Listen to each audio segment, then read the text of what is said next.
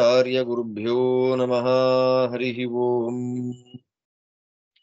नारायणं सुरगुरुं जगदेकनाथं भक्तप्रियं सकललोकनमस्कृतं च त्रैगुण्यवर्जितमजं विभुमाद्यमीशं वन्दे भवघ्नम् अमरासुरसिद्धवन्द्यं नारायणं नमस्कृत्य नरं चैव नरोत्तमं देवीं सरस्वतीं व्यासं ततो जयमुदीरये।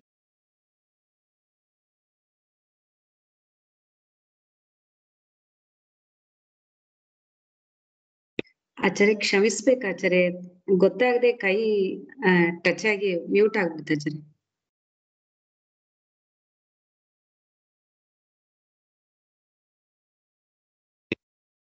ವಿಶೇಷವಾಗಿ ಇಲ್ಲಿಯವರೆಗೂ ಸಕಲ ತತ್ವಗಳನ್ನು ಉಪದೇಶ ಮಾಡಿದರು.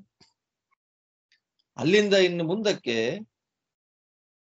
ಬ್ರಹ್ಮಚರ್ಯ ಅಂದ್ರೆ ಭಗವಂತನನ್ನ ದರ್ಶನ ಮಾಡಲಿಕ್ಕೆ, ಸಾಕ್ಷಾತ್ಕಾರ ಮಾಡ್ಕೊಳ್ಳಿಕ್ಕೆ ಮುಖ್ಯವಾಗಿ ಬೇಕಾದ್ದು ಬ್ರಹ್ಮಜ್ಞಾನ. ಆ ಬ್ರಹ್ಮಜ್ಞಾನವನ್ನು ಸಂಪಾದನೆ ಮಾಡುವುದು ಬ್ರಹ್ಮಚರ್ಯದಿಂದ, ಅದು ಗುರುಗಳ ಸೇವೆಯಿಂದ ಅಂತ ಹೇಳಿದ್ರು. ಆಗ ಧೃತರಾಷ್ಟ್ರ ಕೇಳ್ತಾನೆ, ಬ್ರಹ್ಮಜ್ಞಾನವನ್ನ ಪಡೆದ ಜ್ಞಾನಿಗಳು ದರ್ಶನ ಮಾಡ್ತಾರಲ್ಲ ದೇವ್ರನ್ನ, ಆ ದೇವರು ಹೇಗಿರ್ತಾರೆ ಅನ್ನೋದ್ರ ಬಗ್ಗೆ ನೀವು ತಿಳಿಸಿಕೊಡಬೇಕು ಅಂತ ಪ್ರಾರ್ಥನೆ ಮಾಡಿದ್ದಕ್ಕೆ, ಅವನ್ ಕೆಂಪ ಹಳದಿಯ ಯಾವ ಬಣ್ಣ ಇರ್ತಾನೆ ಭಗವಂತ ಅಂದಿದ್ದಕ್ಕೆ ಹೇಳ್ತಾರೆ, ನಾಭಾತಿ ಶುಕ್ಲಂ ಇವಲೋಹಿತಮಿವಾಥೋ ಕೃಷ್ಣ ಮಥಾರ್ಜುನಂ ಕಾದ್ರವಂ ವಾ ನ ಪೃಥಿವ್ಯಾಂ ತಿಷ್ಠತಿ ನಾಂತರಿಕ್ಷೇ ನೈತತ್ ಸಮುದ್ರೇ ಸಲಿಲಂ ಬಿಭರ್ತಿ. ಅವನ ಅಪ್ರಾಕೃತ. ಬೆಳ್ಳಗಿದ್ದಾನೆ ಅಂದ್ರೆ ಯಾವ ರೀತಿಯಾದ ಬೆಳ್ಳಗಿದ್ದಾನೆ ಅಂತ ಡಿಫೈನ್ ಮಾಡ್ಬೇಕಾಗತ್ತೆ. ಕೆಂಪಗಿದ್ದಾನೆ, ಕಪ್ಪಗಿದ್ದಾನೆ ಅಂತಂದ್ರೆ ನಮಗೆ ಕೆಂಪು, ಕಪ್ಪು, ಹಳದಿ, ಬಿಳಿ ಎಲ್ಲವೂ ಕೂಡ ನಾವು ನೋಡಿದ ಬಣ್ಣಗಳು. ಆದ್ರೆ ಭಗವಂತ ಅಪ್ರಾಕೃತ. ಅಪ್ರಾಕೃತನಾದ್ದರಿಂದ ನಮ್ಮಂತೆ ರೂಪ ಅಲ್ಲ ಅವನದ್ದು. ಮತ್ತವನು ಪೃಥ್ವಿಯಲ್ಲೂ ಇಲ್ಲ.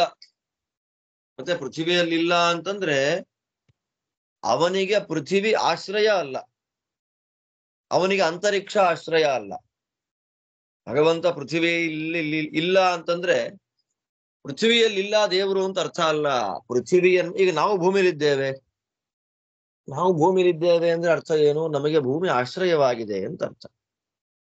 ಹಾಗೆ ದೇವರು ನ ಪೃಥಿವ್ಯಾಂ ತಿಷ್ಠತಿ ಅಂದ್ರೆ ಅನನ್ಯಾಧಾರ, ಅವನಿಗೆ ಯಾವ ಆಧಾರವೂ ಇಲ್ಲ. ಹಾಗೆ ಭಗವಂತ ಪೃಥ್ವಿಯನ್ನ ತನ್ನ ಆಧಾರವನ್ನಾಗಿ ಮಾಡಿಕೊಂಡಿಲ್ಲ, ಅಂತರಿಕ್ಷವನ್ನ ಮಾಡಿಕೊಂಡಿಲ್ಲ. ಆ ಭಗವಂತನನ್ನ ಸಮುದ್ರದಲ್ಲಿ ಇರುವ ಅಗಾಧವಾದ ನೀರು ಧರಿಸಲಿಕ್ಕೆ ಸಾಮರ್ಥ್ಯವಿಲ್ಲ. ನೀರು ಅಂತಂದ್ರೆ ಸಲಿಲ ಅಂತ ಅರ್ಥ. ಪಂಚಭೂತಗಳಲ್ಲಿ ಒಂದು. ನೀರು ಅಂದ್ರೆ ಉಪಲಕ್ಷಣೆಯ. ಈ ಮಿಕ್ಕಿದ 4 ಪಂಚಭೂತಗಳು ಭಗವಂತನನ್ನ ಧರಿಸಲಿಕ್ಕೆ ಸಮರ್ಥವಾಗಿಲ್ಲ. ಅರ್ಥಾತ್ ಪಂಚಭೌತಿಕವಾದ ನಮ್ಮಂತೆ ಇರುವ ಶರೀರ ಭಗವಂತನಿಗೆ ಇಲ್ಲ. ನ ತಾರಕಾಸು ನ ಚ ವಿದ್ಯುದಾಶ್ರಿತಂ ನ ಚಾಭ್ರೇಷು ದೃಶ್ಯತೆ ರೂಪಮಸ್ಯ ನ ಚಾಪಿ ವಾಯೌ ನ ಚ ದೇವತಾಸು ನ ವೈ ಚಂದ್ರೇ ದೃಶ್ಯತೆ ನೋತ ಸೂರ್ಯೇ. ಸಾಧ್ಯವೇ ಇಲ್ಲ. ಸೂರ್ಯನನ್ನ, ಚಂದ್ರನನ್ನ, ನಕ್ಷತ್ರಗಳನ್ನ, ಮಿಂಚನ್ನ, ವಾಯುವನ್ನ, ದೇವತೆಗಳನ್ನ ಯಾರನ್ನೂ ತನ್ನ ಆಶ್ರಯ ಅಂತ ಭಗವಂತ ಮಾಡ್ಕೊಂಡಿಲ್ಲ. ನ ಅಭ್ರೇಷು ಅಲ್ವಾ, ದೇವರು ನಕ್ಷತ್ರದಂತೆ ಇದ್ದಾನೆ ಇಲ್ಲ. ಅದೆಲ್ಲ ಪ್ರಾಕೃತ ಪದಾರ್ಥಗಳೇ. ಹೇಳ್ತಾರೆ ಒಂದು ಮಾತು, ಆ ಭಗವಂತ ಅಭ್ರಶ್ಯಾಮ. ಎಂಥ ಮಾತು ನೋಡಿ. ಅಭ್ರ ಅಂದ್ರೆ ನೀರು ತುಂಬಿದ ಮೇಘ. ದೇವರನ್ನ ಮೇಘ ಶ್ಯಾಮ ಪೀತ ಕೌಶೇಯವಾಸ.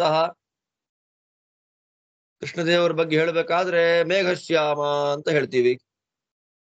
ಅದೇ ನೋಡಿ ವಾಮನ ದೇವರನ್ನು ಹೇಳ್ಬೇಕಾದ್ರೆ ಅಭ್ರಶ್ಯಾಮ ಶುಭ್ರ ಯಜ್ಞೋಪವೀತಿ ಸತ್ಕೌಪೀನಃ ಪೀತ ಕೃಷ್ಣಾಜಿನಶ್ರೀ ಅಂತ ಅಭ್ರಶ್ಯಾಮ ಅಂತ ಹೇಳ್ತೀವಿ. ಮೇಘದಂತೆ ಇದ್ದಾನೆ ಅಂತ. ಮತ್ತೆ ಏನ್ ಹಾಗಾದ್ರೆ ಇಲ್ಲಿ ನಚ ಅಭ್ರೇಷು, ಮೇಘದಂತೆ ಮೋಡದಂತೆ ಭಗವಂತ ಇದ್ದಾನೆ ಅಂದ್ರೆ ಇಲ್ಲ. ಚಂದ್ರನಂತೆ ಇಲ್ಲ, ಸೂರ್ಯನಂತೆ ಇಲ್ಲ, ವಾಯುವಿನಂತೆ ಇಲ್ಲ, ದೇವತೆಗಳಂತೆ ಇಲ್ಲ, ನಕ್ಷತ್ರಗಳಂತೆ ಇಲ್ಲ, ಮಿಂಚಿನಂತೆ ಇಲ್ಲ, ಗುಡುಗಿನಂತೆ ಇಲ್ಲ. ಅಂದ್ರೆ ಯಾವುದನ್ನು ಆಶ್ರಯ ಮಾಡ್ಕೊಂಡಿಲ್ಲ. ಮತ್ತೆ ನಮಗ್ ಸಮಸ್ಯೆ ಬರೋದು ಯಾವ್ದಿಲ್ಲಿ ಅಂತಂದ್ರೆ ಅಭ್ರೇಷು, ಮೇಘದಂತೆ ಇಲ್ಲ ಅನ್ನುವಾಗ ಸಮಸ್ಯೆ ಆಯ್ತು. ಮೇಘಶ್ಯಾಮ ಅಂತೀವಲ್ಲ ಅಂದ್ರೆ ಹೇಳ್ತಾರೆ, ಮೇಘಶ್ಯಾಮ ಅಂದ್ರೆ ನಮ್ ತಲೆಗೆ ಬರ್ಲಿ ಅಂತ ಬುದ್ಧ್ಯಾರೋಹಾರ್ಥ ಮುಚ್ಯತೆ ಅಷ್ಟೇ. ನಮಗ ಅರ್ಥ ಆಗ್ಲಿ ಅಂತ ಈ ದೃಷ್ಟಾಂತ ಕೊಟ್ಟಿದ್ದಾರೆ, ಬಿಟ್ರೆ ಹಾಗೇ ಇದ್ದಾನೆ ಅಂತ ಅರ್ಥ ಅಲ್ಲ.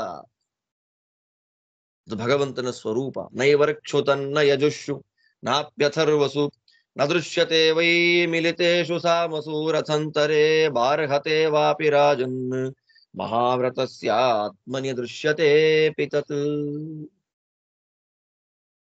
ಭೂಮಿಯೇ ಮೊದಲಾದ ಯಾವುದನ್ನೂ ಭಗವಂತ ಆಶ್ರಯ ಮಾಡಿಕೊಂಡಿಲ್ಲ. ಅಂದ್ರೆ ಯಾವುದರಂತೆಯೂ ದೇವರಿಲ್ಲ. ವೇದಗಳಲ್ಲಿ ಸಿಗ್ತಾನ ದೇವರು ಅಂದ್ರೆ ವೇದಗಳಿಂದಲೂ ದೇವರನ್ನ ಪೂರ್ಣವಾಗಿ ನೋಡ್ಲಿಕ್ಕಾಗೋದು. ನೈವರುಕ್ಷು, ಋಗ್ವೇದದಿಂದ ದೇವರನ್ನ ಪೂರ್ಣವಾಗಿ ತಿಳ್ಕೊಳ್ಳಿಕ್ಕಾಗೋದಿಲ್ಲ. ಯಜುರ್ವೇದದಿಂದ ಭಗವಂತನನ್ನ ಪೂರ್ಣವಾಗಿ ತಿಳ್ಕೊಳ್ಳಿಕ್ಕಾಗೋದಿಲ್ಲ. ಇದೆರಡೂ ಸೇರಿಸಿ ಮಾಡಿದ ರಾಗವಾಗಿ ಹಾಡುವಂತ ಸಾಮವೇದದಲ್ಲೂ ಭಗವಂತನನ್ನ ನಮಗೆ ಪೂರ್ಣವಾಗಿ ತಿಳ್ಕೊಳ್ಳಿಕ್ಕಾಗೋದಿಲ್ಲ. ರಥಂತರ ಸಾಮ, ಬೃಹತ್ ಸಾಮ ಮೊದಲಾದ ಯಾವುದರಿಂದಲೂ ಕೂಡ ನಮಗೆ ಭಗವಂತನನ್ನ ತಿಳ್ಕೊಳ್ಳಿಕ್ಕಾಗೋದಿಲ್ಲ. ಏನ್ ಹೇಳ್ತಾ ಇದ್ದಾರ್ರಿ? ಯಾವುದರಿಂದಲೂ ತಿಳ್ಕೊಳ್ಳಿಕ್ಕಾಗೋದಿಲ್ಲ, ಹಾಗಿಲ್ಲ, ಹೀಗಿಲ್ಲ, ಇದರಂತೆ ಇಲ್ಲ, ಅದರಂತೆ ಇಲ್ಲ ಅಂದ್ರೆ ಶೂನ್ಯ ಅಂತ ಆಗ್ಬೇಕಷ್ಟೇ. ಈಗ ಶೂನ್ಯತ್ವಮೇವ, ಯಾವುದರಿಂದಲೂ ಅವೇದ್ಯ, ಅವೇದ್ಯ, ಕೊನೆಗೆ ವೇದದಿಂದಲೂ ಅವೇದ್ಯ ಅಂತಂದ್ರೆ ಅವನನ್ನ ಶೂನ್ಯ ಅಂತ ಅನ್ಬೇಕು ನಾವು. ಕೊನೆಗೆ ರೂಪವೇ ಇಲ್ಲದ ಒಂದು ಶೂನ್ಯವಾದ ವಸ್ತು ಭಗವಂತ ಅಂತ ಹೇಳ್ಬೇಕಾಗತ್ತೆ. ಅದಕ್ಕೆ ಹೇಳ್ತಾರೆ ಹಾಗಲ್ಲ, ಕಾಣ್ತಾನೆ. ಯಾರಿಗೆ? ಮಹಾವ್ರತಸ್ಯಾತ್ಮನಿ ದೃಶ್ಯತೆ. ಮಹಾವ್ರತಸ್ಯಾತ್ಮನಿ. ನಿನ್ನೆ ಇಲ್ಲಿ ಹಿಂದಿನ ಅಧ್ಯಾಯಗಳಲ್ಲಿ ತಪಸ್ಸನ್ನ ಮಾಡಿದ, ತಪಸ್ಸಿನ ಗುಣದೋಷಗಳನ್ನ ತಿಳಿದು ಯಾವುದು ತಪಸ್ಸು, ಯಾವುದು ತಪಸ್ಸಲ್ಲ ಅನ್ನುವಂತಹ ತಪಸ್ಸಿ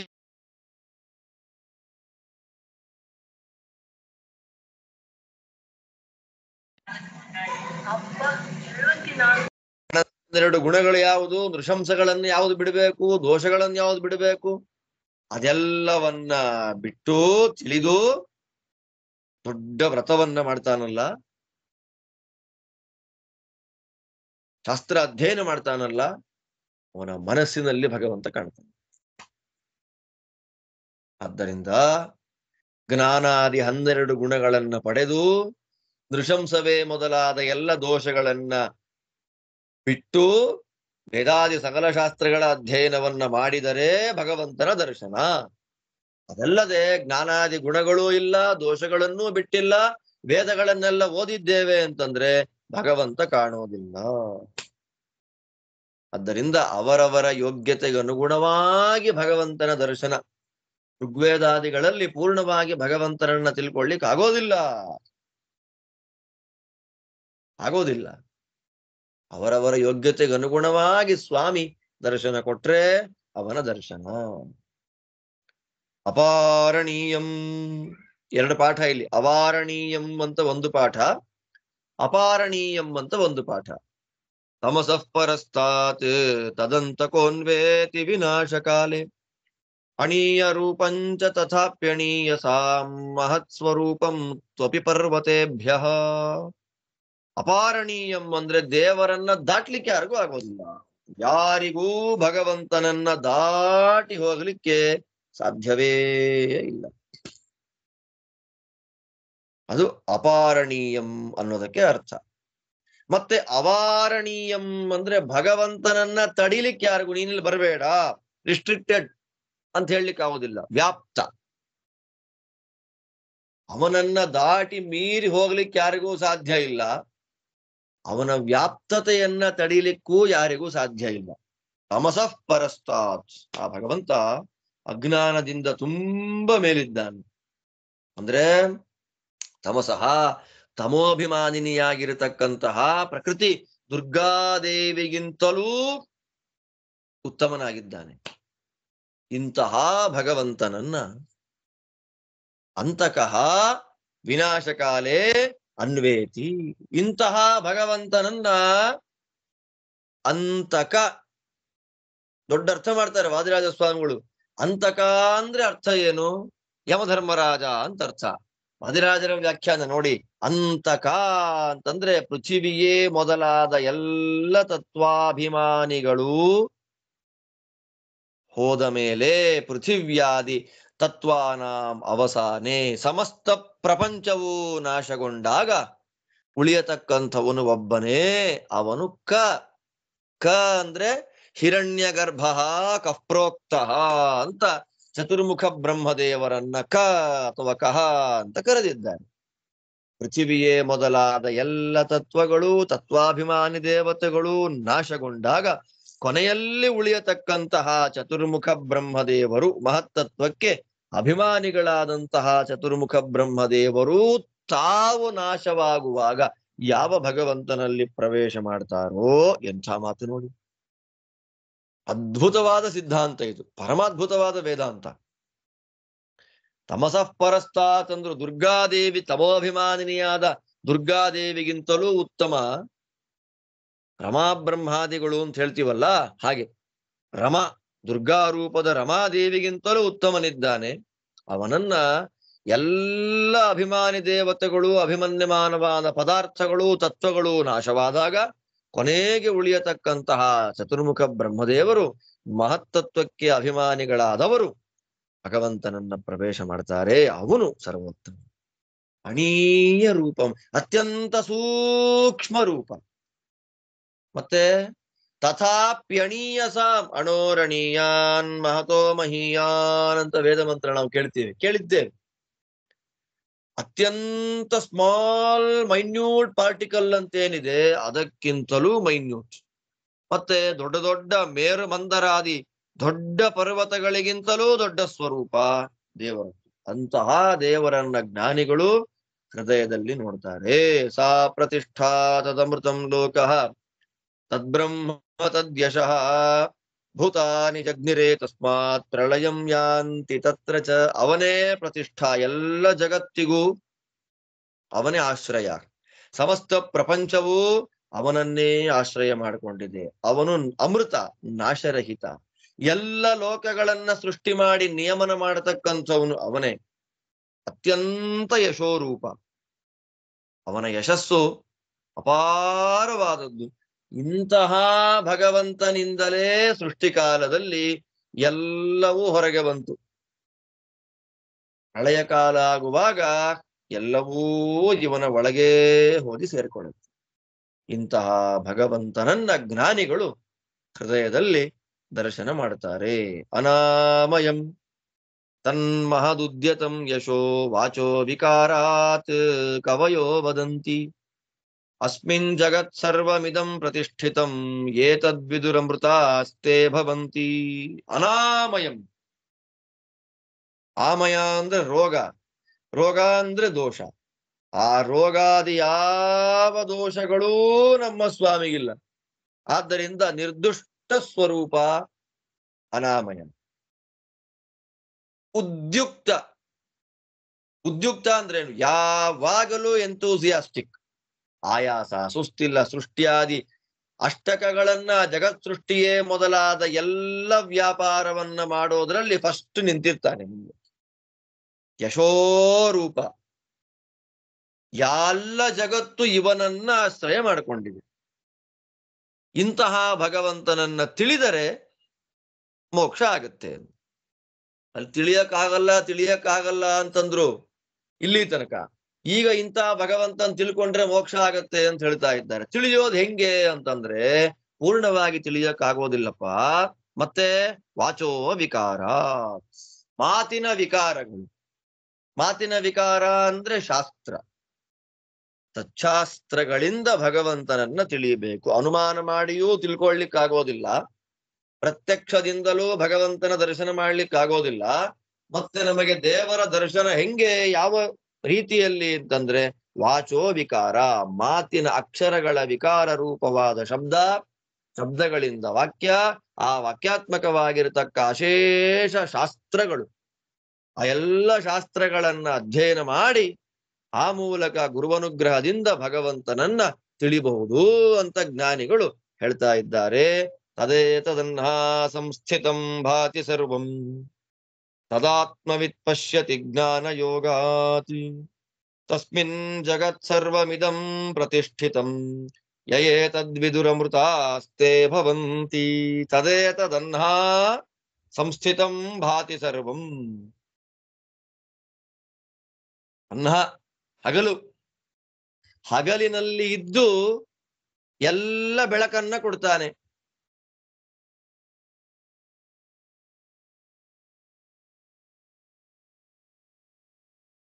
ಬರೀ ಹಗಲಿನಲ್ಲಿ ಮಾತ್ರ ಅಲ್ಲ, ಸಮಸ್ತ ಪ್ರಪಂಚದಲ್ಲಿಯೂ ಇವನೇ ಇದ್ದಾನೆ. ಸಮಸ್ತ ಪ್ರಪಂಚವೂ ಇವನಲ್ಲಿ ಆಶ್ರಯ ಮಾಡಿಕೊಂಡು ಅಂತಹ ಭಗವಂತನನ್ನ ಯಾರು ಜ್ಞಾನಯೋಗದ ಮೂಲಕ ದರ್ಶನ ಮಾಡ್ತಾರೆ. ಜ್ಞಾನಯೋಗದ ಮೂಲಕ ದರ್ಶನ ಮಾಡ್ತಾರೆ ಅಂದ್ರೇನು? ಸೂರ್ಯಾದಿ ಬೆಳಕನ್ನು ಕೊಡುವ ಪದಾರ್ಥಗಳಲ್ಲಿದ್ದು ಬೆಳಕನ್ನು ಕೊಡತಕ್ಕಂಥ ಇವನೇ. ನತತ್ರ ಸೂರ್ಯೋ ಭಾತಿನ ಚಂದ್ರತಾರಕಂ ನೇಮ ವಿದ್ಯುತೋ ಭಾಂತಿ ಕುತೋಯಮಗ್ನಿ ಇತ್ಯಾದಿಯಾದ ಪ್ರಮಾಣಾನುಸಾರವಾಗಿ ಸೂರ್ಯಚಂದ್ರಾದಿಗಳ ಒಳಗೆ ನಿಂತು ಬೆಳಕನ್ನ ಕೊಡತಕ್ಕಂಥವನು ಭಗವಂತನೇ. ತಸ್ಯ ಭಾಸಾ ಸರ್ವಮಿದಂ ವಿಭಾತಿ ಅಂತ ಶ್ರುತಿವಾಕ್ಯ. ಆದ್ದರಿಂದ ಸೂರ್ಯಾದಿಗಳ ಒಳಗಿದ್ದು ಬೆಳಕನ್ನ ಕೊಡ್ತಾನೆ. ಅಷ್ಟು ಮಾತ್ರ ಅಲ್ಲ, ಎಲ್ಲ ಜಗತ್ತು ಇವನನ್ನ ಆಶ್ರಯ ಮಾಡಿಕೊಂಡಿದೆ. ಇಂತಹವನನ್ನ ಅಂತರ್ಯಾಮಿಯಾಗಿದ್ದಾನೆ ಭಗವಂತ ಅಂತ ತಿಳಿದು ಗುರು ಅನುಗ್ರಹ ದ್ವಾರ ಶಾಸ್ತ್ರದ ಅಧ್ಯಯನದಿಂದ ಯಾರು ಭಗವಂತನನ್ನ ನೋಡ್ತಾನೆ ಜ್ಞಾನಿ, ಅವನು ಅಮೃತನಾಗ್ತಾನೆ, ಮುಕ್ತನಾಗ್ತಾನೆ. ಅದರಿಂದ ಧೃತರಾಷ್ಟ್ರ ಕೇಳಿದ್ದು, ದೇವರು ಜ್ಞಾನಿಗಳು ನೋಡ್ತಾರಲ್ಲ ದೇವರು ಅವನು ಹೇಗಿದ್ದಾನೆ ಅನ್ನೋದಕ್ಕೆ ಉತ್ತರ. ಇಲ್ಲಿಗೆ ಇತಿ ಶ್ರೀಮನ್ ಮಹಾಭಾರತೆ ಶತಸಹಸ್ರಿಕಾಯಾಂ ಸಂಹಿತಾಯಾಂ ವೈಯಾಸಿಕ್ಯಾಂ ಉದ್ಯೋಗ ಪರ್ವಣಿ ಪಂಚಚತ್ವಾರಿಂಶೋಧ್ಯಾಯ ಸನತ್ಸುಜಾತ ಪರ್ವಣಿ ಚತುರ್ಥೋಧ್ಯಾಯ. ಸನತ್ಸುಜಾತ ಪರ್ವದಲ್ಲಿ 4ನೇ ಅಧ್ಯಾಯ ಮುಗಿಯಿತು. ವಾದಿರಾಜ ಗುರು ಸಾರ್ವಭೌಮರ ವ್ಯಾಖ್ಯಾನಾನುಸಾರವಾಗಿ ನಾವೇನ್ ನೋಡ್ತಾ ಇದ್ದೇವೆ ಅದರ 4ನೇ ಅಧ್ಯಾಯ ಮುಗಿಯಿತು. ಅಲ್ಲಿಂದ ಇನ್ನು ಮುಂದೆ 2 ಅಧ್ಯಾಯ ಮಾತ್ರ ಇದೆ ಸನತ್ಸುಜಾತೀಯದಲ್ಲಿ. ಇಲ್ಲಿ ತನಕ ಒಂದು ಸಬ್ಜೆಕ್ಟ್ ಅನ್ನ ಹೇಳಿ ಈಗ ತಪಸ್ಸಿಗೆ ವಿರೋಧವಾದ ಗುಣಗಳು ಅಂತ ಕೆಲವು ಬಂದವು. ಯಾವುದು? ಕ್ರೋಧಾದಿ ದೋಷಗಳು, ನೃಶಂಸಗಳು ಅಂತೆಲ್ಲ ಹೇಳಿದ್ರು. ಅದು ಸಾಧನೆಗೆ ಮಾತ್ರ ವಿರೋಧ ಅಂತಲ್ಲ, ಲೌಕಿಕದಲ್ಲೂ ವಿರೋಧ. ಅದೆಲ್ಲ ಸಾಧನಾ ದೃಷ್ಟಿಯಲ್ಲಿದ್ದವರಿಗೆ ಮಾತ್ರ ಅದು ವಿರೋಧವಾಗಿ ಕಾಣುತ್ತೆ, ನಮಗೆಲ್ಲ ಅದು ವಿರೋಧ ಇಲ್ಲ ಅಂತ ನಾವು ಅದನ್ನ ಅಂದುಕೊಳ್ಳೋ ಹಾಗೆ ಇಲ್ಲ. ಕೇವಲ ಸಾಧನೆಯ ಮಾರ್ಗದಲ್ಲಿ ಮಾತ್ರ ವಿರೋಧವಾಗಿ ನಿಂತಿಲ್ಲ ಅದು, ಕಿಂತು ಐಹಿಕದಲ್ಲಿಯೂ ಅನಿಷ್ಟವನ್ನು ತಂದುಕೊಡತ್ತೆ. ಶೋಕಃ ಕ್ರೋಧಶ್ಚ ಕಾಮಶ್ಚ ಲೋಭೋ ಮಾನಃ ಪರಾಸುತ ಈರ್ಷ್ಯಾ ಮೋಹೋ ಅವಿವಿತ್ಸಾ ಚಾಕೃಪಾ ಸೂಯಾ ಜುಗುಪ್ಸುತ ದ್ವಾದಶೈತೆ ಮಹಾದೋಷಾಃ ಮನುಷ್ಯ ಪ್ರಾಣನಾಶನಾಃ. ಇದರ ಬಗ್ಗೆ ಹೇಳಿದ್ದಾರೆ. ಶೋಕ,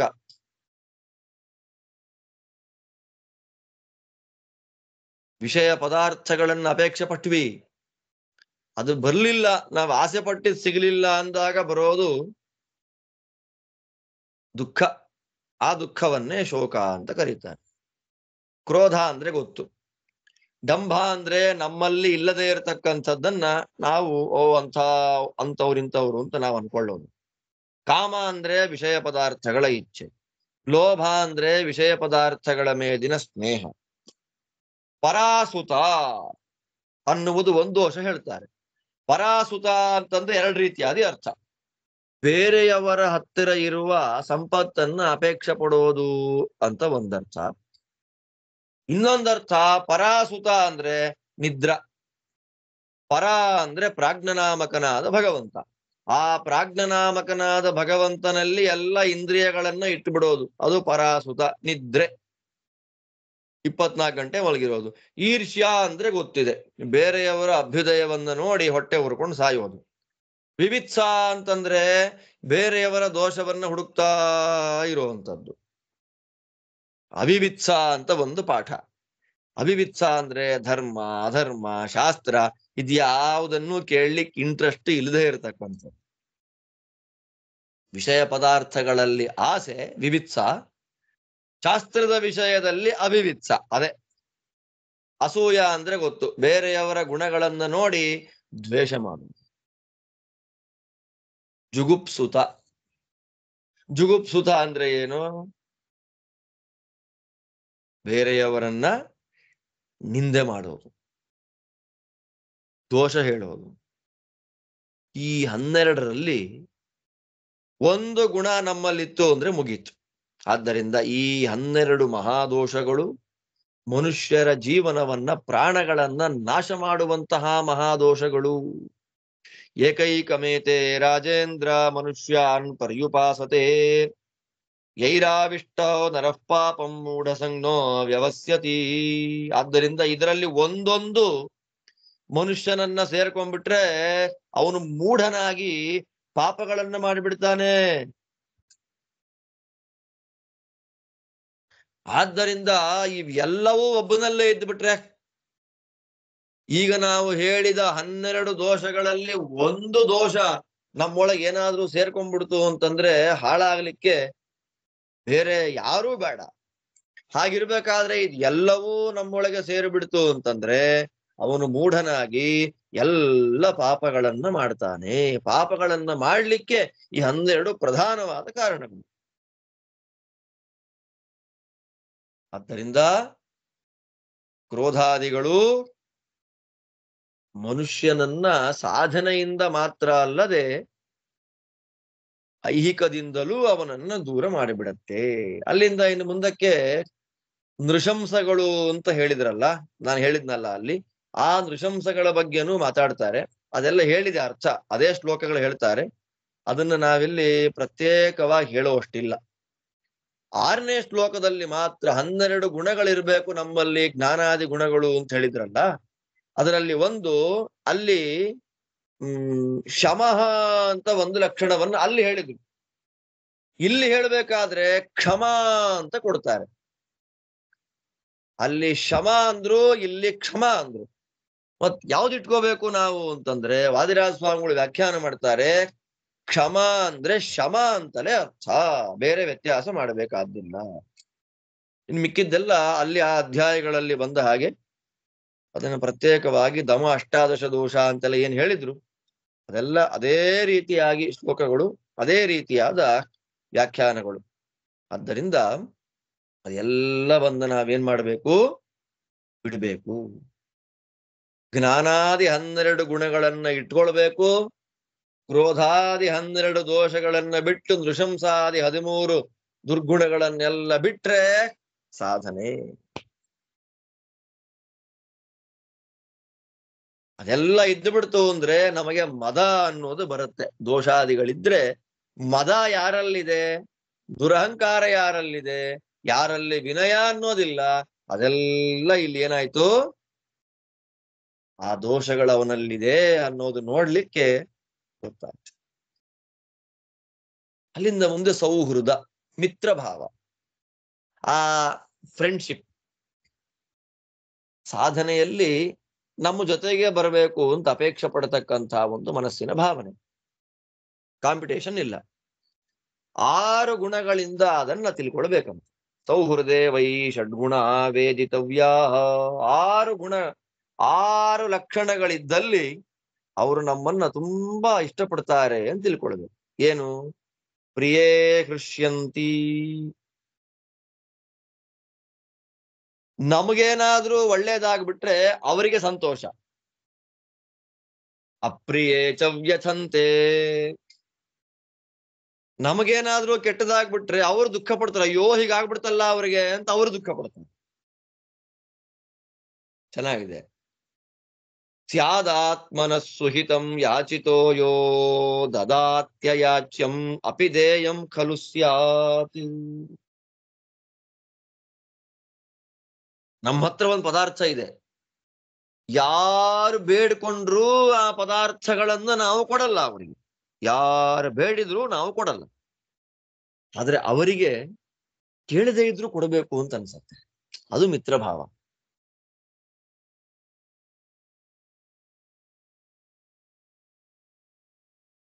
ಯೋಗ್ಯವಾದ ಪದಾರ್ಥವನ್ನು ನಾವು ಬೇರೆಯವರಿಗೆ ಕೊಡಲ್ಲ, ಆದ್ರೆ ಅವ್ರಿಗೆ ಮಾತ್ರ ಕೊಟ್ಟು ಬಿಡ್ತೀವಿ. ಆ ಬುದ್ಧಿ ಕೊಡಬೇಕು ಅನ್ನೋ ಬುದ್ಧಿ. ಅವರೆಲ್ಲ ನಮ್ಮ ಮಿತ್ರರು, ಸ್ನೇಹಿತರಂತೆ. ಇಷ್ಟಾನ್ ಪುತ್ರಾನ್ ವಿಭವಾನ್ ಸ್ವಾಂಶ್ಚದಾರಾನ್ ಅಭ್ಯರ್ಥಿತಶ್ಚಾರ್ಹತೆ ಶುದ್ಧ ಭಾವ ತ್ಯಕ್ತದ್ರವ್ಯ ಸಂಬಸತೇನ ಕಾಮಾತ್ ಭುಂಕ್ತೆ ಕರ್ಮ ಸ್ವಾಶಿಷಂ ಬಾಧತೆ ಚ. ತನ್ನ ಅತ್ಯಂತ ಇಷ್ಟವಾದ ಪದಾರ್ಥಗಳನ್ನು ಅವ್ರಿಗೆ ಕೊಟ್ಬಿಡೋದ್ರ ಅರ್ಥ ಏನು? ಎಲ್ಲ ಅನುಕೂಲ ಮಾಡಿಕೊಡೋದು ಅಂತ. ಮಕ್ಕಳನ್ನ, ಸಂಪತ್ತನ್ನ, ತನ್ನನ್ನ, ಹೆಂಡತಿಯನ್ನ ಎಲ್ಲ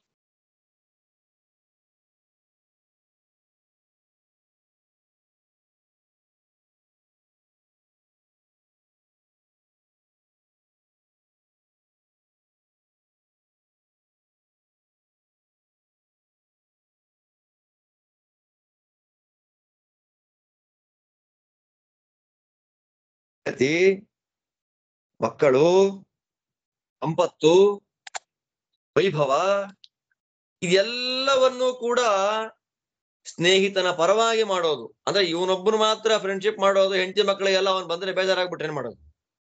ಹಾಗಿಲ್ಲ. ಸಾಧನೆಯ ಮಾರ್ಗದಲ್ಲಿ ಹೀಗಿರ್ಬೇಕು. ತ್ಯಕ್ತ ದ್ರವ್ಯ ಅಂತ ಹೇಳ್ತಾನೆ. ಅವನು ಕೇಳಲ್ಲ, ಕೇಳದೇ ಇದ್ರು ಕೂಡ ನಮ್ಮಲ್ಲಿರತಕ್ಕ ಪದಾರ್ಥವನ್ನ ಕೊಟ್ಟು ಸಹಾಯ ಮಾಡೋದು. ಎಂಥ ಗುಣ ನೋಡಿ ಇದು. 5ನೇದ್ದು ಬಾಧತೆ ಚ. ಬಾಧತೆ ಚ ಅಂದ್ರೆ ತೊಂದರೆ ಕೊಡ್ತಾನೆ ಅಂತ ಅರ್ಥ ಅಲ್ಲ. ಯಾವುದರಿಂದಲೂ ಅವನಿಗೆ ಆಸೆ ಇಲ್ಲ. ತನಗೇನು ದೇವರು ಕೊಡ್ತಾನೋ ಅದನ್ನ ಸ್ವೀಕಾರ ಮಾಡಿಕೊಳ್ಳೋದು, ಈಶ್ವರೇಚ್ಛೆಯಿಂದ ಬಂದ ಪದಾರ್ಥವನ್ನ ತಗೊಳ್ಳೋದು, ಈಶ್ವರೇಚ್ಛೆಯಿಂದ ಬಂದ ದುಃಖವನ್ನು ಹಾಗೆ ತಗೊಳ್ಳೋದು. ಇದು ತುಂಬಾ ಅದ್ಭುತ. ಇದು ಸ್ನೇಹಿತರು ಅಂದ್ರೆ ಹೇಗಿರ್ತಾರೆ ಅನ್ನುವ ಅದ್ಭುತವಾದ ವಿಷಯವನ್ನ ಹೇಳ್ತಾರೆ. ದ್ರವ್ಯವಾನ್ ಗುಣವಾನ್ ಯಶ್ಚ ತ್ಯಾಗೀ ಭವತಿ ಸಾತ್ವಿಕಃ ಪಂಚಭೂತಾನಿ ಪಂಚಭ್ಯೋ ನಿವರ್ತಯತಿ ತಾದೃಶಃ.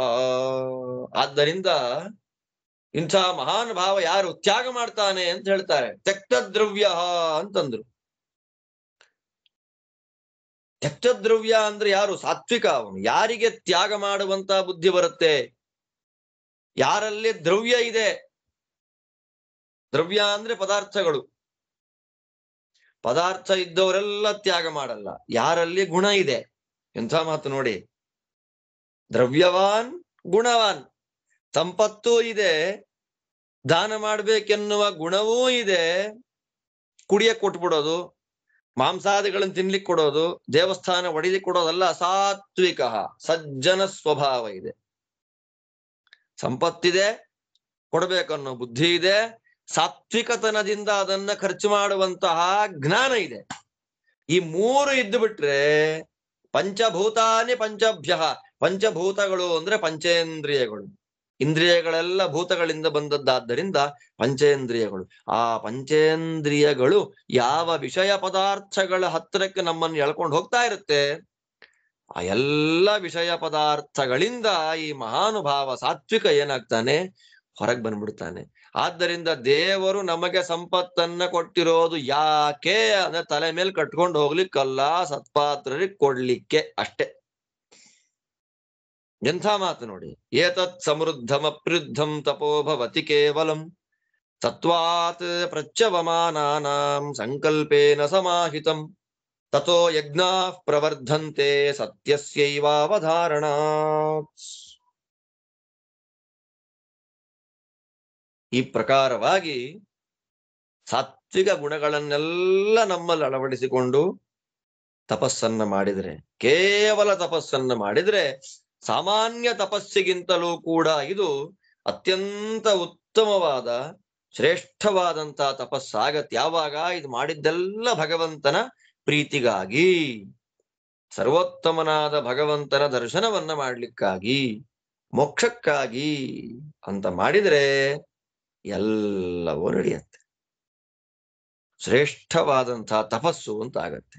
ಆದ್ದರಿಂದ ಯಜ್ಞ ಆಗೋದು ಯಾವಾಗ? ಸಂಕಲ್ಪ ಅಂತ ಆಗೋದು ಯಾವಾಗ? ಎಲ್ಲವೂ ಹರಿ ಅನುಸಂಧಾನ ಇಟ್ಟುಕೊಂಡು ಮಾಡಿದಾಗ. ಭಗವಂತನ ಜ್ಞಾನ ಶೂನ್ಯರಾಗ್ಬಿಟ್ರೆ, ಭಗವಂತನ ಸರ್ವೋತ್ತಮತ್ವ ಜ್ಞಾನ ಇಲ್ಲದೆ ಎಲ್ಲ ಕೆಲಸಗಳನ್ನ ಮಾಡಿಬಿಟ್ರೆ ಅದೇನೂ ಪ್ರಯೋಜನಕ್ಕೆ ಬರೋದಿಲ್ಲ.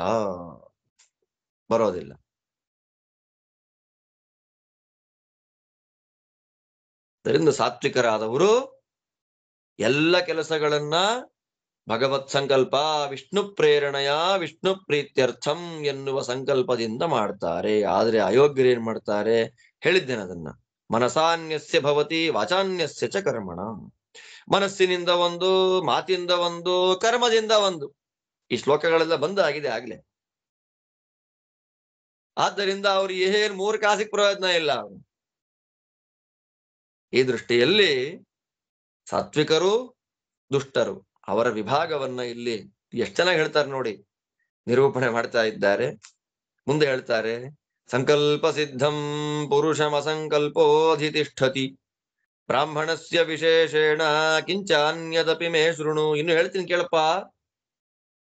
ಮನಸ್ಸು, ಮಾತು, ಕರ್ಮ, ನಮ್ಮ ಸಾಧನೆ ಶುದ್ಧ ಆಗಬೇಕು, ಹರಿ ಕರುಣೆ ನಮ್ಮ ಮೇಲೆ ಆಗಬೇಕು ಅಂತಂದ್ರೆ ಮನಸ್ಸು, ಮಾತು, ಕರ್ಮ ಎರಡರಲ್ಲೂ ಒಂದೇ ತರ ಇರ್ಬೇಕು. ಮನಸ್ಸಲ್ಲಿ ಒಂಥರ, ಮಾತಲ್ಲಿ ಒಂಥರ, ಮಾಡೋ ಕೆಲಸ ಒಂಥರ ಇದ್ರೆ ಸಂಕಲ್ಪ ಸಿದ್ಧ ಆಗೋದಿಲ್ಲ.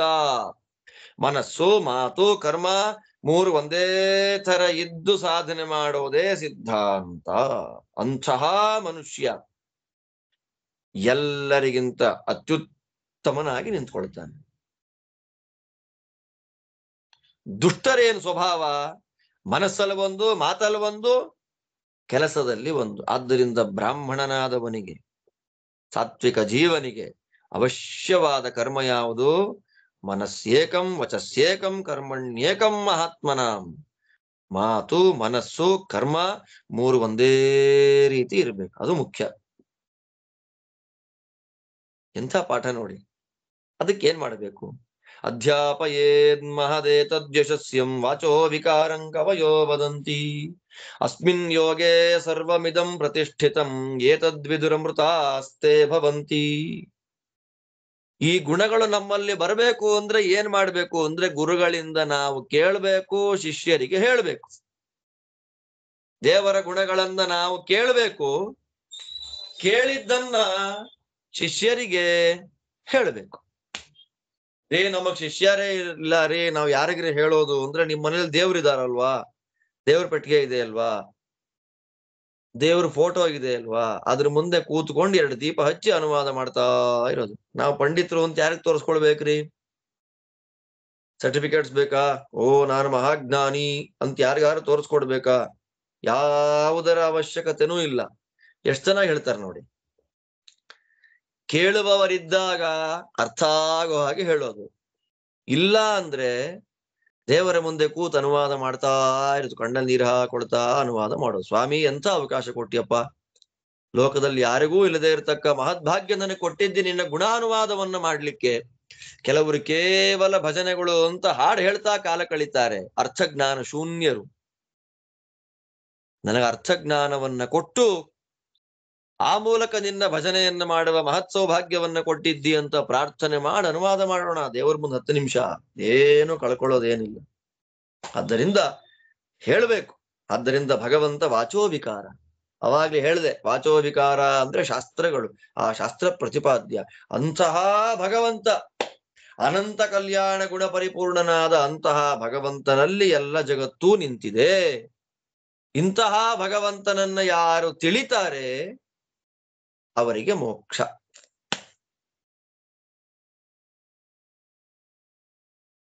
ಅಷ್ಟೇ, ಜ್ಞಾನದಿಂದಲೇ ಮೋಕ್ಷ, ಬೇರೆದ್ರಿಂದ ಅಲ್ಲ. ನಕರ್ಮಣ ಸುಕೃತೇನೇ ಹರಾಜನ್ ಸತ್ಯಂ ವದೇಜ್ಜುಹುಯಾದ್ವಾ ಯಜೇದ್ವಾ ನೈತೇನ ಬಾಲೋ ಮೃತ್ಯುಮತ್ಯೇತಿ ರಾಜನ್ ಮತಿಂಚಾಸೂ ನ ಲಭತ್ಯಂತ ಕಾಲೇ. ಇಲ್ಲ, ಕೇವಲ ಕರ್ಮದಿಂದ ಚೆನ್ನಾಗಿ ನೀವು ಕರ್ಮಾನುಷ್ಠಾನ ಮಾಡ್ರಿ, ಒಳ್ಳೆ ಹಣ ಖರ್ಚು ಮಾಡಿ, ದಾನ ದಕ್ಷಿಣೆ ಅಂತೆಲ್ಲ ಕೊಟ್ಟು ವೈಭವದಿಂದ ಜ್ಞಾನ ಯಜ್ಞ ಮಾಡದೆ ಮಿಕ್ಕೆಲ್ಲ ಕರ್ಮಗಳನ್ನ ಮಾಡಿದರೂ ಕೂಡ ಮಿಥ್ಯಾಜ್ಞಾನ ಅನ್ನೋದು ಹೋಗೋದಿಲ್ಲ. ಮಿಥ್ಯಾಜ್ಞಾನ ಹೋಗೋದು ಜ್ಞಾನದಿಂದಲೇ, ಬೇರೆ ಮಾರ್ಗ ಇಲ್ಲ ಅದಕ್ಕೆ. ಮಿಥ್ಯಾಜ್ಞಾನ ಮೂಲಕವಾದದ್ದು ಸಂಸಾರ. ಕರ್ಮದಿಂದ ಸಂಸಾರವನ್ನ ಕಳ್ಕೊಳ್ಳಿಕ್ಕಾಗೋದಿಲ್ಲ. ಅದಕ್ಕೆ ಜ್ಞಾನ ಅತ್ಯಂತ ಅವಶ್ಯಕ. ಆದ್ದರಿಂದ ಬಾಲಕ, ಅಪರೋಕ್ಷ ಜ್ಞಾನಿ ಅಲ್ಲದ ವ್ಯಕ್ತಿ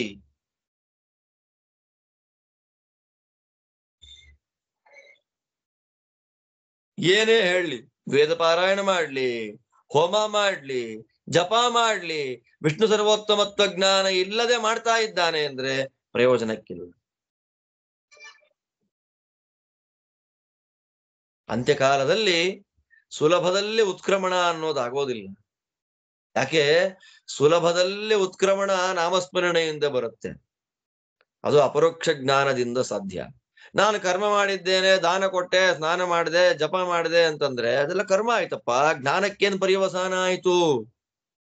ಜ್ಞಾನವೇ ಪ್ರಧಾನ ಸಾಧನ, ತತ್ವಜ್ಞಾನವೇ ಅತ್ಯಂತ ದೊಡ್ಡ ಮಾರ್ಗ ಮೋಕ್ಷಕ್ಕೆ. ಅದು ಬಿಟ್ಟು ಬೇರೆ ಮಾರ್ಗ ಇಲ್ಲ. ನಾಣ್ಯಃ ಪಂಥ ವಿದ್ಯತೆ ಅಯನಾಯ. ಮೋಕ್ಷವನ್ನ ಪಡೀಲಿಕ್ಕೆ ತತ್ವಜ್ಞಾನ ಅಲ್ಲದೆ ಬೇರೆ ಯಾವ ಮಾರ್ಗವೂ ಇಲ್ಲ ಇಲ್ಲ ಇಲ್ಲ. ಆದ್ದರಿಂದ ಅಪರೋಕ್ಷ ಜ್ಞಾನಿಗಳಾಗಬೇಕು ಅಂತ ಹೇಳಿದ್ರು. ಏನ್ ಎಷ್ಟು ಈಸಿಯಾಗಿ ಅನ್ಬಿಟ್ರು ಅಪರೋಕ್ಷ ಜ್ಞಾನಿಗಳಾಗಬೇಕು ಅಂತ. ಆ ಅಪರೋಕ್ಷ ಜ್ಞಾನಿಗಳಾಗೋದು ಹೇಗೆ?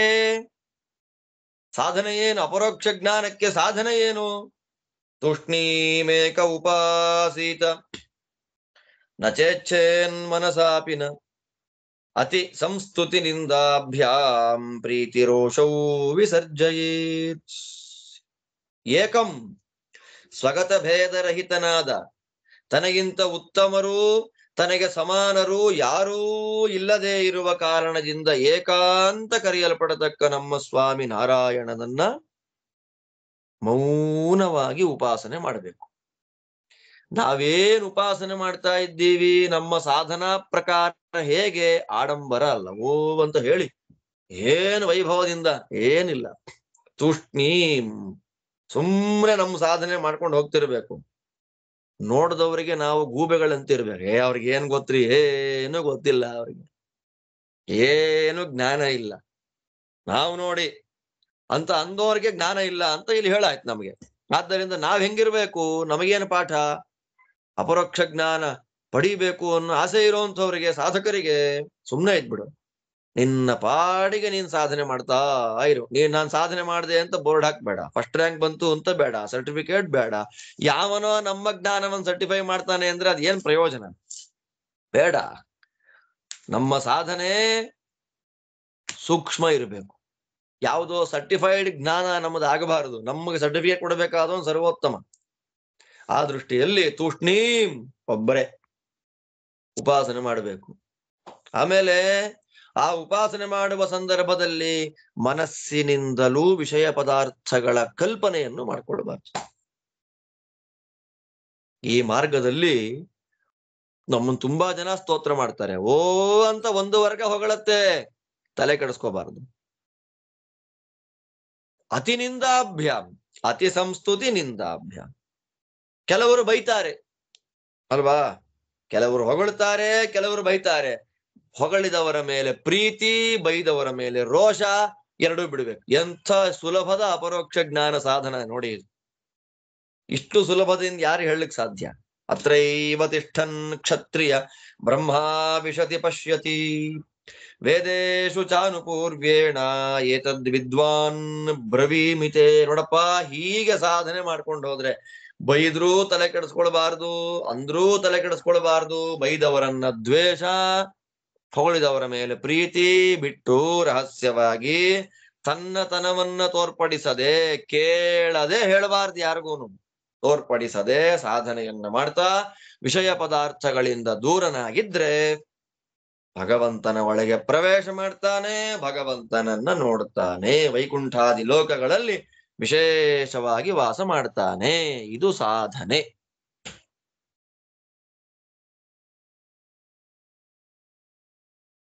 ಕೊನೆಗಂದ್ರು ಇದ್ಯಾವುದು ನನ್ನ ಸ್ವಂತ ವ್ಯಾಖ್ಯಾನ ಅಲ್ಲ ಮರಿ. ಎಂಥ ಮಾತು ನೋಡಿ, ನನ್ನ ಸ್ವಂತ ವ್ಯಾಖ್ಯಾನ ಅಲ್ಲಪ್ಪ ಇದು. ವೇದಗಳಲ್ಲಿ ಕ್ರಮವಾಗಿ ಹೇಳಿದ್ದಾರೆ. ವೇದಗಳಲ್ಲಿ ಹೇಳಿದ ತತ್ವಗಳನ್ನೇ ನಾನು ನಿನಗೆ ಹೇಳಿದ್ದೇನೆ. ಆ ವೇದಗಳಲ್ಲಿ ಹೇಳಿದ್ದು ಒಂದು ರೀತಿ ಇದೆ. ನಾನು ಉತ್ತರ ಕೊಟ್ಟಿದ್ದೆ ಹೇಗೆ ಧೃತರಾಷ್ಟ್ರ, ನೀನು ಹೇಗೆ ಪ್ರಶ್ನೆ ಮಾಡಿದೆ ಹಾಗೆ ನಾನು ಉತ್ತರವನ್ನ ಕೊಡ್ತಾ ಇದ್ದೇನೆ. ಆದ್ದರಿಂದ ಇಲ್ಲಿ ತನಕ ನಾನು ಹೇಳಿದ್ದು ಯಾವುದು ನನ್ನ ಸ್ವಂತದ್ದಲ್ಲ, ಎಲ್ಲವೂ ವೇದಗಳಲ್ಲಿ ಹೇಳಿದ್ದು.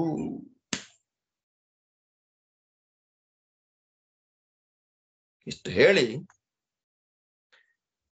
ಸನತ್ಸುಜಾತರು ಅರ್ಥಾತ್ ಸನತ್ ಕುಮಾರರು ತಮ್ಮ ಸನತ್ಸುಜಾತೀಯದ ಪ್ರವಚನದಲ್ಲಿ 5ನೇ ಅಧ್ಯಾಯವನ್ನ ಸಮಾಪ್ತಿ ಮಾಡ್ತಾರೆ. ಇನ್ನು ಕೊನೇ ಅಧ್ಯಾಯ. ದೇವರನ್ನು ನೋಡ್ತಾರೆ. 25 ಸಲ ಬಂತು. ಯಯೇತದ್ವಿದುರಮೃತಾಸ್ತೆ ಭವಂತಿ ಅಲ್ವಾ. ಯಾರು ಹೀಗೆ ಭಗವಂತನನ್ನು ತಿಳ್ಕೊಳ್ತಾರೆ ಅವರು ಮುಕ್ತರಾಗ್ತಾರೆ ಅಂತ ಬಂತು. ಹೀಗೆ ತಿಳ್ಕೊಳ್ಳೋದು ಅಂದ್ರೆ ಹೇಗಿದ್ದಾನೆ ದೇವರು, ಆ ಬ್ರಹ್ಮಸ್ವರೂಪ ಅನ್ನೋದು ಹೇಗಿದೆ, ಆ ಜ್ಞಾನ ಯಾರಿಗೆ ಬರುತ್ತೆ, ಎಂಥವರಿಗೆ ಬ್ರಹ್ಮಜ್ಞಾನ ಬರುತ್ತೆ, ಆ ಬ್ರಹ್ಮನ ಸ್ವರೂಪ ನಾರಾಯಣನ ಸ್ವರೂಪ ಅನ್ನೋದು ಹೇಗಿದೆ ಅನ್ನೋದನ್ನ ಈ 27 ನೆಕ್ಸ್ಟ್ ನಾವು ನೋಡುವ 27 ಶ್ಲೋಕಗಳಲ್ಲಿ ಅದ್ಭುತವಾಗಿ ನಿರೂಪಣೆಯನ್ನ ಮಾಡಿ ಸನತ್ಸುಜಾತರು ಆ ರಾತ್ರಿ, ಇನ್ನೇನ್ ಬೆಳಗ್ಗೆ ಆಗ್ತಾ ಇದೆ, ಈಗ ಇನ್ನೇನ್ ರಾತ್ರಿ ಕಳೀತಾ ಬಂತು ಅಲ್ವಾ. ವಿದುರ ಹೇಳಿದ ಒಂದಷ್ಟು 10 ಅಧ್ಯಾಯಗಳಲ್ಲಿ ವಿದುರನ ನೀತಿ ಬಂತು. ಇಲ್ಲಿ ವಿದುರ ನೀತಿಯೇ ನಾವು ವಿಸ್ತಾರವಾಗಿ ಹೇಳಿದ್ವಿ. ವಿದುರ ನೀತಿಗಿಂತಲೂ ವಿಸ್ತೃತವಾದ ಸನತ್ಸುಜಾತಿಯೇ ನೋಡ್ತಾ ಇದ್ದೇವೆ ನಾವೀಗಿಲ್ಲಿ. ಅದಕ್ಕಿಂತ ವಿಸ್ತೃತ ತತ್ವಗಳ ದೃಷ್ಟಿಯಲ್ಲಿ ಮತ್ತೆ 2-3 ದಿನ ಉಪದೇಶ ಮಾಡ್ಲಿಕ್ಕೆ ಬಂದಿಲ್ಲ ಸನತ್ ಕುಮಾರರು. ಅವತ್ತು ರಾತ್ರಿ ಬೆಳಗ್ಗೆ ಆಗೋದ್ರೊಳಗೆ ನಿದ್ದೆ ಬರ್ತಾ ಇದೆ ಅವನಿಗೆ, ಅಷ್ಟರಲ್ಲಿ ಮುಗಿಸ್ ಹೋಗ್ಬಿಡ್ಬೇಕು. ಅದರಿಂದ ಪ್ರಜಾಗರ ಪರ್ವದಲ್ಲಿ ಕೊನೇ ಅಧ್ಯಾಯ. ಇನ್ನೇನು ಬೆಳಗ್ಗೆ ಆಗ್ಲಿಕ್ಕೆ ಹತ್ರ ಬಂತು, ಬ್ರಹ್ಮಸ್ವರೂಪದ ಬಗ್ಗೆ ಹೇಳಿ ಅವರ ಲೋಕಕ್ಕೆ ಹೋಗ್ಬಿಡ್ಬೇಕು. ಆದ್ದರಿಂದ ಮುಕ್ತಪ್ರಾಪ್ಯನಾಗಿರತಕ್ಕಂತಹ ಭಗವಂತ ಹೇಗಿದ್ದಾನೆ, ಆ ಭಗವಂತನನ್ನ ಯಾವ ಜ್ಞಾನಿಗಳು ದರ್ಶನ ಮಾಡ್ತಾರೆ, ತಿಳ್ಕೊಳ್ತಾರೆ, ಅದನ್ನ ಹೇಳ್ತಾರೆ. ಯತ್ತತ್ ಶುಕ್ಲಂ ಮಹಜ್ಯೋತಿ ದೀಪ್ಯಮಾನಂ ಮಹದ್ಯಶಃ ಯದ್ವೈ ದೇವಾ ಉಪಾಸಂತೆ ಯಸ್ಮಾತ್ ಸೂರ್ಯೋ ವಿರಾಜತೆ ಯೋಗಿನಸ್ತಂ ಪ್ರಪಶ್ಯಂತಿ ಭಗವಂತಂ ಸನಾತನಂ. ಈ ಕೊನೆಯ ವಾಕ್ಯ ಇಡೀ ಅಧ್ಯಾಯದಲ್ಲಿ ಬರುತ್ತೆ. ಯೋಗಿನಸ್ತಂ ಪ್ರಪಶ್ಯಂತಿ ಭಗವಂತಂ ಸನಾತನಂ. ಇಂತಹ ಯೋಗಿಗಳು ಆ ಸನಾತನನಾದ ಸ್ವಾಮಿ ಭಗವಂತನ ದರ್ಶನ ಮಾಡ್ತಾರೆ. ಎಂತವನು? ಎತ್ತತ್ ಶುಕ್ಲಂ. ಶುಕ್ಲ ಅಂದ್ರೆ ಶುದ್ಧನಾದವನು ಭಗವಂತ.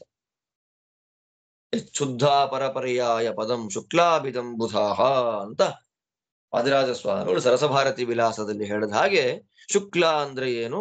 ಶುದ್ಧ. ಭಗವಂತ ಶುದ್ಧ. ಶುಕ್ಲ ಶುದ್ಧ ಒಂದೇ. ಅವನು ಮಹಜ್ಯೋತಿ, ಬೆಳಕುಗಳಿಗೆ ಬೆಳಕು. ಎಲ್ಲ ಬೆಳಕು ಬೆಳಕಾಗಿದ್ಯಾರಿಂದ? ಇವನಿಂದ. ಸೂರ್ಯನಿಗೆ, ಚಂದ್ರನಿಗೆ, ಅಗ್ನಿಗೆ, ನಕ್ಷತ್ರಗಳಿಗೆ, ಎಲ್ಲ ಬೆಳಗುವ ಪದಾರ್ಥಗಳಿಗೆ ಬೆಳಕನ್ನ ಕೊಟ್ಟಿದ್ಯಾರು ಅಂದ್ರೆ ನಮ್ಮವನೇ. ದೀಪ್ಯಮಾನ, ಏನ್ ವೈಭವ ಅವನದ್ದು. ಅವನು ಅನಂತ ಕೋಟಿ ಸೂರ್ಯ ಪ್ರಕಾಶ. ಮಹದ್ಯಶಃ, ಪೂರ್ಣ. ನಮಗೆಲ್ಲ ಒಂದೊಂದು ಊರಲ್ಲಿ ಕೀರ್ತಿ, ಒಂದೊಂದು ಸ್ಟೇಟ್ ಅಲ್ಲಿ ಕೀರ್ತಿ. ಸ್ವಾಮಿಯದ್ದು ಅನಂತ ಕೀರ್ತಿ, ಪೂರ್ಣವಾದ ಕೀರ್ತಿ. ಇಂತಹ ಭಗವಂತನಿಂದಲೇ ಸೂರ್ಯ ಬೆಳಗುತ್ತಾನೆ. ನಮ್ಮ ಸಾಧನೆಗೆ ದಾರಿದೀಪ. ಯಾಕೆ ಸೂರ್ಯ ಅಂತ 24 ಸಲ ಹೇಳ್ತಾರೆ ಅಂದ್ರೆ, ನಮ್ಮ ಸಾಧನೆಯ ಬೆಳಕು ಸೂರ್ಯ. ಸೂರ್ಯ ಇಲ್ಲ ಅಂದ್ರೆ ಸಾಧನೆ ಇಲ್ಲ, ಚಂದ್ರ ಇಲ್ಲ, ನಕ್ಷತ್ರಗಳಿಲ್ಲ. ಆದ್ದರಿಂದ ಸೂರ್ಯ ಬೆಳಗುವಂತೆ ಮಾಡೋದೇ ನಮ್ಮವನು ನಾರಾಯಣ. ಬ್ರಹ್ಮಾದಿ ಸಕಲ ದೇವತೆಗಳೂ ಈ ನಮ್ಮ ಸ್ವಾಮಿಯನ್ನ ನಿರಂತರವಾಗಿ ಉಪಾಸನೆ ಮಾಡ್ತಾ ಅಂತಹ ಭಗವಂತನನ್ನ ತಿಳಿದ ಜ್ಞಾನಿಗಳು ಸನಾತನನಾದ ಅಂತರ್ಯಾಮಿ ನಾರಾಯಣನನ್ನ ದರ್ಶನ ಮಾಡ್ತಾರೆ. ಶುಕ್ಲಾತ್ ಬ್ರಹ್ಮ ಪ್ರಭವತಿ ಬ್ರಹ್ಮ ಶುಕ್ಲೇನ ವರ್ಧತೆ ತಚ್ಶುಕ್ಲಂ ಜ್ಯೋತಿಷಾಂ ಮಧ್ಯೆ ಅತಪ್ತಂ ತಪತಿ ತಾಪನಂ ಯೋಗಿನಸ್ತಂ ಪ್ರಪಶ್ಯಂತಿ ಭಗವಂತಂ ಸನಾತನಂ. ಶುಕ್ಲಾತ್ ಬ್ರಹ್ಮ ಪ್ರಭವತಿ. ಶುಕ್ಲ ಅಂದ್ರೆ ಗೊತ್ತಾಯ್ತು ನಮಗೆ, ಭಗವಂತ. ಅವನಿಂದ ಬ್ರಹ್ಮ ಪ್ರಭವತಿ. ಬ್ರಹ್ಮ ಅಂದ್ರೆ ನಪುಂಸಕಲಿಂಗ ಹೇಳಿದ್ರು ಕೂಡ ಚತುರ್ಮುಖ ಬ್ರಹ್ಮದೇವರಿಗೂ ನಪುಂಸಕಲಿಂಗ ಪ್ರಯೋಗ ಉಂಟು ಅನ್ನೋದನ್ನು ತಿಳಿಸಿಕೊಟ್ಟಿದ್ದಾರೆ. ಇಲ್ಲಿ ಬ್ರಹ್ಮ ಅಂದ್ರೆ ಯಾರು? ಚತುರ್ಮುಖ ಬ್ರಹ್ಮದೇವರು. ಶುಕ್ಲನಾಮಕನಾದ ಭಗವಂತನಿಂದ ಚತುರ್ಮುಖ ಬ್ರಹ್ಮದೇವರು ಹುಟ್ಟುತ್ತಾರೆ. ಹುಟ್ಟಿದ ಬ್ರಹ್ಮದೇವರಿಗೆ ಪರಿಪೂರ್ಣವಾದ ಅಭಿವೃದ್ಧಿ ಬರೋದು ಯಾರಿಂದ ಅಂದ್ರೆ ಇದೇ ಶುಕ್ಲನಾಮಕನಾದ ಭಗವಂತನಿಂದ. ಅಂತಹ ಶುಕ್ಲನಾಮಕನಾದ ನಮ್ಮ ಅಂದ್ರೆ ಯೋ ಬ್ರಹ್ಮಾಣಂ ವಿದಧಾತಿ ಪೂರ್ವಂ ಯೋ ವೈ ವೇದಾಂಶ್ಚ ಪ್ರಹಿಣೋತಿ ತಸ್ಮೈ ತಮ್ಮದೇವಂ ಆತ್ಮಬುದ್ಧಿ ಪ್ರಕಾಶಂ ಮುಮುಕ್ಷುರ್ವೈ ಶರಣಮಹಂ ಪ್ರಪದ್ಯೆ. ಶ್ವೇತಾಶ್ವತರ ಉಪನಿಷತ್ತಿನ ಮಂತ್ರ ಇದು. ಭಗವಂತನನ್ನು ಹೇಗೆ ಅನುಸಂಧಾನ ಮಾಡಬೇಕು ಅಂದ್ರೆ ಬ್ರಹ್ಮದೇವರನ್ನ ಸೃಷ್ಟಿ ಮಾಡಿದವನು, ಬ್ರಹ್ಮದೇವರಿಗೆ ಎಲ್ಲವನ್ನು ಕೊಟ್ಟವನು. ಬೃಹತಿ ಸಹಸ್ರದ ಮೊದಲನೇ ಮಂತ್ರ ಇದೆ. ವಿಷ್ಣು ಸಹಸ್ರನಾಮದಲ್ಲಿ ಮೊದಲನೇ ನಾಮ ವಿಶ್ವ ಅಂತ ಏನಿದೆ, ವಿಶ್ವ ಅಂದ್ರೆ ಅದೇ ಮುಖ್ಯ ಪ್ರಾಣ ದೇವರಿಗೆ ಎಲ್ಲವನ್ನ ಕೊಟ್ಟು ಅವರ ಪಾಲನ ಪೋಷಣವನ್ನ ಮಾಡುವವನು ವಿಶ್ವ. ಇರ್ಲಿ, ವಿಷ್ಣು ಸಹಸ್ರನಾಮ ಬರುತ್ತಲ್ಲ ಅನುಶಾಸನ ಪರ್ವ, ಅವಾಗ ನೋಡೋಣ ಅದರ ಅರ್ಥನ. ಒಟ್ನಲ್ಲಿ ಆ ಭಗವಂತ ಶುಕ್ಲನಾಮಕನಾದ ಭಗವಂತ ಹೇಗಿರ್ತಾನೆ? ಜ್ಯೋತಿಷಾಂ ಮಧ್ಯೆ ಸೂರ್ಯ, ಚಂದ್ರ, ನಕ್ಷತ್ರಗಳು, ಅಗ್ನಿ ಆ ಎಲ್ಲದರ ಮಧ್ಯೆ ಇದ್ದಾನೆ. ಮಧ್ಯೆ ಇದ್ರೂ ಕೂಡ ಸೂರ್ಯ ಚಂದ್ರ ಅಗ್ನಿಗಳಿಗೆ ಭಗವಂತನನ್ನ ತೋರಿಸ್ಲಿಕ್ಕೆ ಆಗ್ತಾ ಇಲ್ಲ. ಅತಪ್ತಂ, ಅವನನ್ನ ಬಿಸಿ ಮಾಡ್ಲಿಕ್ಕೆ ಆಗ್ತಿಲ್ಲ. ಆದ್ರೆ ಸೂರ್ಯ ಚಂದ್ರ ಅಗ್ನಿಗಳು ಬಿಸಿಯಾಗಿರೋದು ಯಾರಿಂದ? ಅವನಿಂದ. ಅವನು ಯಾರಿಂದ ಬಿಸಿಯಾಗಿದ್ದಾನೆ? ಸ್ವಯಂ ತಪನ, ಸ್ವಯಂ ಜ್ಯೋತಿ ಅವನು. ಇಂತಹ ಭಗವಂತನನ್ನ ತಿಳಿದ ಜ್ಞಾನಿಗಳು ದರ್ಶನ ಮಾಡ್ತಾರೆ. ಪೂರ್ಣಾತ್ ಪೂರ್ಣಮುದ್ಧರಂತಿ ಪೂರ್ಣಾತ್ ಪೂರ್ಣಂ ಪ್ರಚಕ್ಷತೆ ಹರಂತಿ ಪೂರ್ಣಾತ್ ಪೂರ್ಣಂಚ ಪೂರ್ಣಮೇವಾವಶಿಷ್ಯತೆ ಯೋಗಿನಸ್ತಂ ಪ್ರಪಶ್ಯಂತಿ ಭಗವಂತಂ ಸನಾತನಂ. ಎಲ್ಲೋ ಕೇಳ್ದಂಗಿದೆ ಅಲ್ವಾ ಇದು? ಪೂರ್ಣಮದ ಪೂರ್ಣಮಿದಂ ಪೂರ್ಣಾತ್ ಪೂರ್ಣ ಮುದಚ್ಚತೆ. ಅದೇ ಮಹಾಭಾರತ ಅಂದ್ರೆ ವೇದ, ಪಂಚಮ ವೇದ ಅಲ್ವಾ? ಯಾರ ಅಧಿಕಾರಿಗಳು ಅವರು ಪೂರ್ಣಮದ ಪೂರ್ಣಮಿದಂ ಅಂತ ಹೇಳ್ಬೋದು. ವೇದ ಓದ್ಲಿಕ್ಕೆ ಅಧಿಕಾರ ಇರುವ ಪುರುಷರು, ವೇದಾಧ್ಯಯನ ಮಾಡ್ಲಿಕ್ಕೆ ಅಧಿಕಾರ ಇಲ್ಲದ ಸ್ತ್ರೀಯರು ಆ ಅನುಸಂಧಾನವನ್ನು ಹೆಂಗ್ ಮಾಡೋದು ಅಂದ್ರೆ ಮಿಸ್ ಆಗ್ಬೇಡ್ರಪ್ಪ, ನಾ ಹೇಳ್ತೀನಿ ಇದನ್ನ ಹೇಳ್ರಿ ಅಂತಾರೆ ವೇದವ್ಯಾಸರು. ಪೂರ್ಣಾತ್ ಪೂರ್ಣ ಮುದ್ಧರಂತೆ. ಆದ್ರೆ ಅದ್ರ ವ್ಯಾಖ್ಯಾನ ಮಾಡ್ತಾರೆ ನೋಡ್ರಿ. ಅನಂತ ಕಲ್ಯಾಣ ಗುಣ ಪರಿಪೂರ್ಣವಾದ ಮೂಲ ರೂಪದಿಂದ ಅವತಾರ ರೂಪವನ್ನ ದೇವತೆಗಳು ಬೇರೆ ಮಾಡ್ತಾರೆ. ದೇವತೆಗಳು ಬೇರೆ ಮಾಡ್ತಾರೆ ಅಂದ್ರೆ ಏನು? ಶ್ವೇತದ್ವೀಪಾದಿಗಳಿಗೆ ಹೋಗಿ ನಾನಾ ಪ್ರಕಾರವಾಗಿ ಭಗವಂತನ ಸೇವೆಯನ್ನ ಸ್ತೋತ್ರವನ್ನ ಮಾಡಿ, ಸ್ವಾಮಿ ನೀನ್ ಅವತಾರ ಮಾಡಿ ನಮ್ಮನ್ನ ಉದ್ಧಾರ ಮಾಡಬೇಕು ಅಂತ ಪ್ರಾರ್ಥನೆ ಮಾಡಿ, ಆ ಮೂಲ ರೂಪದಿಂದ ಮೂಲ ರೂಪ ಜೊತೆಯಲ್ಲೇ ಇರತಕ್ಕಂತಹ ರಾಮಕೃಷ್ಣಾದ್ಯ ಅವತಾರ ರೂಪಗಳನ್ನ ಕರ್ಕೊಂಡು ಬಂದು ಭೂಮಿಗೆ ಬರ್ತಾರೆ. ಆಮೇಲೆ ಪ್ರಳಯ ಕಾಲದಲ್ಲಿ ಅವತಾರ ರೂಪ ಮೂಲ ರೂಪ ಎಲ್ಲ ಒಳಗೆ ಸೇರ್ಕೊಂಡ್ಬಿಡತ್ತೆ. ಇಂತಹ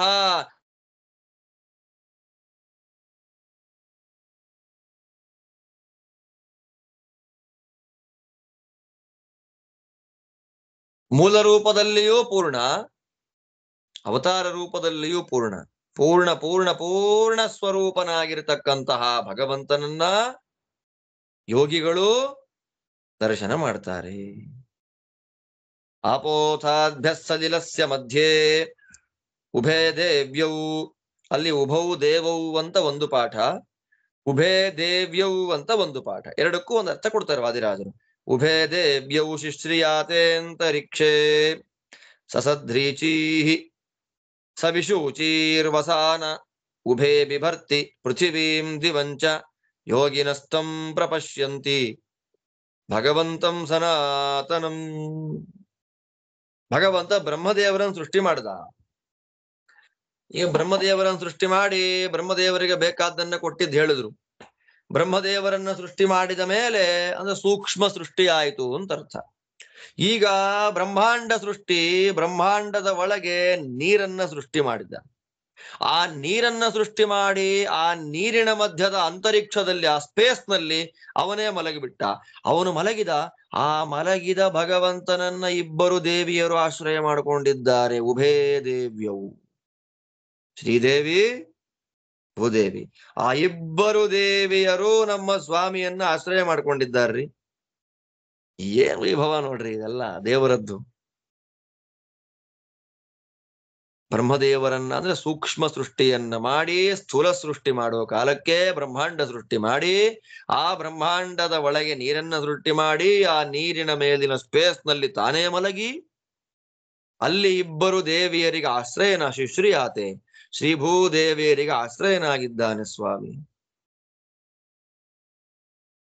ಸುತ್ತ ಇರುವ ಎಲ್ಲ ದಿಕ್ಕನ್ನ ತನ್ನ ವಸ್ತ್ರವನ್ನ ಮಾಡ್ಕೊಂಡ್ಬಿಟ್ಟಿದ್ದಾನೆ ದೇವರು. ನೋಡಿ, ವಿಸ್ತೃತವಾದ ರೂಪ ಅಂತ.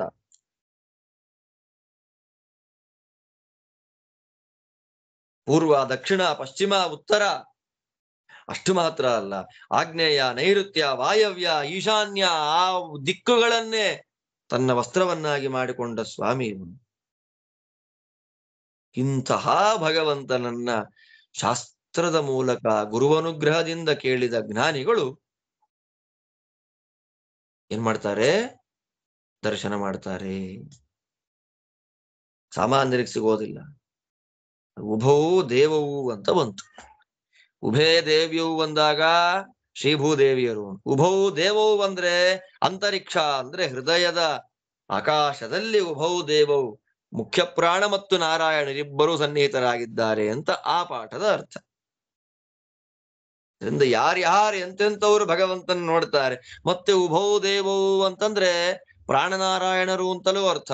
ಆತ್ಮ ಅಂತರಾತ್ಮೇತಿ ಹರಿಹಿ ಏಕ ಏವ ದ್ವಿಧಾ ಸ್ಥಿತ ಅಂತ ಉಪನಿಷತ್ ಹೇಳಿದಾಗೆ ಆತ್ಮ ಮತ್ತು ಅಂತರಾತ್ಮ ಎನ್ನುವ ಎರಡು ರೂಪಗಳಿಂದ ಭಗವಂತನೇ ಇದ್ದಾನೆ ಹೃದಯದಲ್ಲಿ. ಅದು ಅತ್ಯಂತ ಉತ್ತಮ ಮಟ್ಟದ ಅರ್ಥ.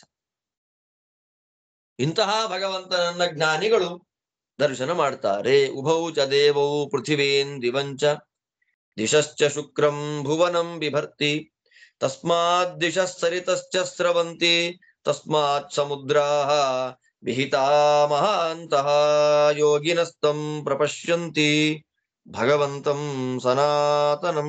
ಉಭೌ ದೇವೌ, ಹೀಗೆ ಸೂಕ್ಷ್ಮ ಸೃಷ್ಟಿಯನ್ನ ಮಾಡಿದ ನಮ್ಮ ಸ್ವಾಮಿ, ಸ್ಥೂಲ ಸೃಷ್ಟಿಯನ್ನೂ ಮಾಡಿದ, ಬ್ರಹ್ಮಾಂಡದ ಒಳಗೆ ನೀರನ್ನೂ ಸೃಷ್ಟಿ ಮಾಡಿದ, ನೀರಿನ ಮೇಲೆ ಶ್ರೀಭೂರೂಪಿಣಿಯಾದ ಮಹಾಲಕ್ಷ್ಮೀ ದೇವಿಗೆ ಆಶ್ರಯನಾಗಿ ಅವರ ಜೊತೆಯಲ್ಲಿ ಮಲಗಿದ.